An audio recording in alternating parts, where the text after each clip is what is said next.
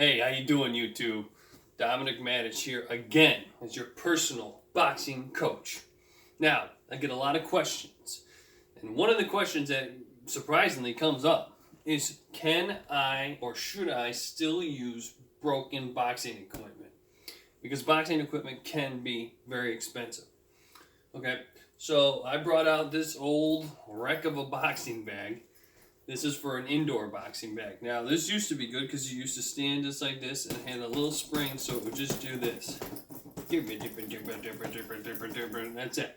But now look at it, right? It's all over the place. But it's like a human being. When you're fighting, you fight some crazy asshole or someone who doesn't know how to fight. You know, they're doing that and shit. So, the reason we're doing this video today is to show you how you can use and why you should use broken boxing equipment still. Okay?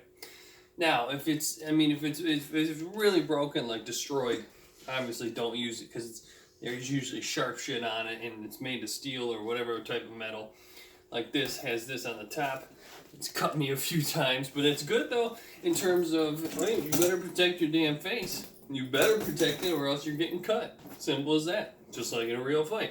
So, I have actually brought in to gyms that I help teach at actual broken bags like this and other equipment, and people think I'm crazy when I bring them in there and they can't understand what I'm doing, but then I show the trainers. Now, they all have these amazing and beautiful, normal bags that are bought or just bought, stuff like that, real fresh bags. But the reason I particularly train fighters to exclusively use broken stuff, but to incorporate that in their training is because, number one, boxing equipment is very expensive. This bag is a normal thing you can get at Myers, but it was $300 maybe? $299. Okay, that's still it's not cheap. So, and it's good. It still works. It's still fine. Whatever the hell that was, it doesn't work, but still fine. All that type of stuff still serves its purpose. But the main point is, look how erratic it is. Right? One thing that boxing trainers or boxers themselves really need and don't get enough of, UFC fighters, whatever you want, all categories of combat sports, they don't get enough of sporadic or spontaneous or awkward guys. Awkward guys give Floyd Mayweather a problem. Awkward guys give Sugar Ray Robinson a problem. All types of people, okay? Because they're crazy. They fight weird. They fight, I can't even do it. It's so fucking weird. So, the point is, when you have a bag like this and you're used to, moving around it, it stays in place and, your shuffles and, that's not real life. So your trainers will often tell you, well, imagine the arms or imagine someone's punching back. Well, yeah, that works. It's good. It's great for visualization. It's great for timing, all that stuff. But this helps a lot because, look, you actually have it coming back at you and it's dangerous. It's full of shit. It's got stuff on it that's going to hurt you if it hits you. That's good. And the biggest part about this is distance. When you have a normal punching bag, you know the distance no matter what. You don't have to guess at it like in a real fight. You can always approach that bag and say it's at this distance always, right? I can always jab and come right back. Now this moves, right? So now if I jab and come back, I'm not in the same spot, right? Say it's right here. And I jab, okay, and I'm going to do some tricks. Well, boom, I just jabbed and it slipped out of the way, just like a real fighter would, right? Not with as much speed, shit. Still is the point, right? So, that's why this is such a good tool. Now, how you use the tool like this is it's not very different, but a lot of movement. And if you're a flat-footed fighter, that's fine. Fight like Miguel Cotto, essentially. And pop, pop, pop, step around. Pop, pop, pop, pop. It's great for movement, head movement, right?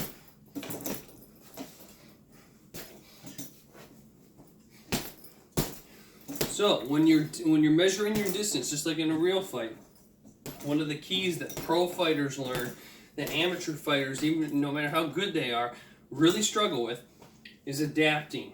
Okay, and using the time to your advantage. That's why not every, but most first rounds in any boxing match or UFC match or whatever are kind of slow because they're feeling each other out, right? You've heard it, feeling them out. So if you're in a street fight, okay, same shit. Now it's a lot faster in that because everyone's freaking out and your adrenaline's rushing and blah, blah, blah. Chill, take a big deep breath. As soon as he gets up there, my main rule, you guys know it by now if you've been watching this channel. My main rule is when you get in an argument with somebody, never let them get as close as you can reach. Ever.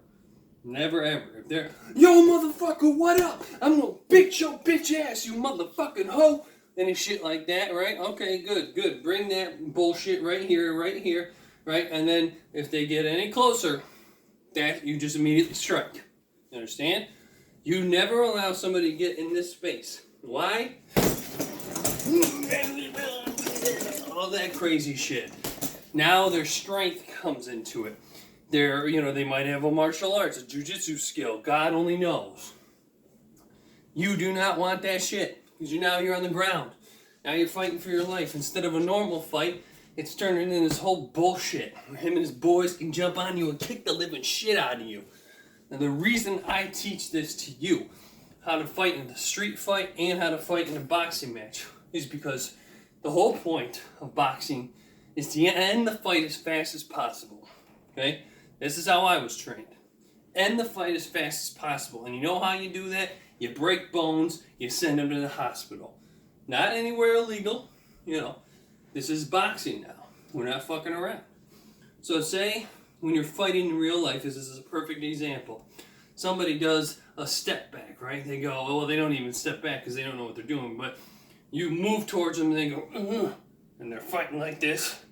And a lot of people, everyone's gotten in this situation, I think, where you're fighting someone who's doing this, right? And, you can't reach them. And you're like, God damn it.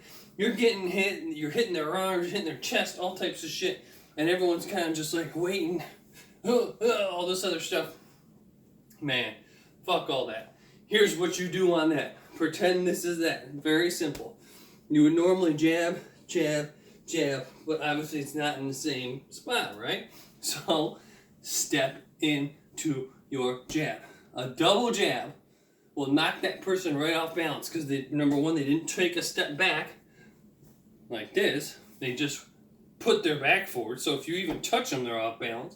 So he goes like that. And on that second jab, you put a pop into it like a screwdriver. Okay? And you purposefully look to break their nose. It will give them trouble breathing. The blood will drip down their nose. It'll drip down their lungs. All types of shit. Fuck them up. So, they're doing this. You just get in your stance.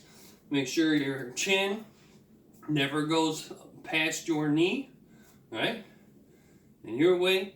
And you're in your zone. And you jab. And you see every time he does that, he goes back. Okay. Just like that. Real quick. Just like a screwdriver.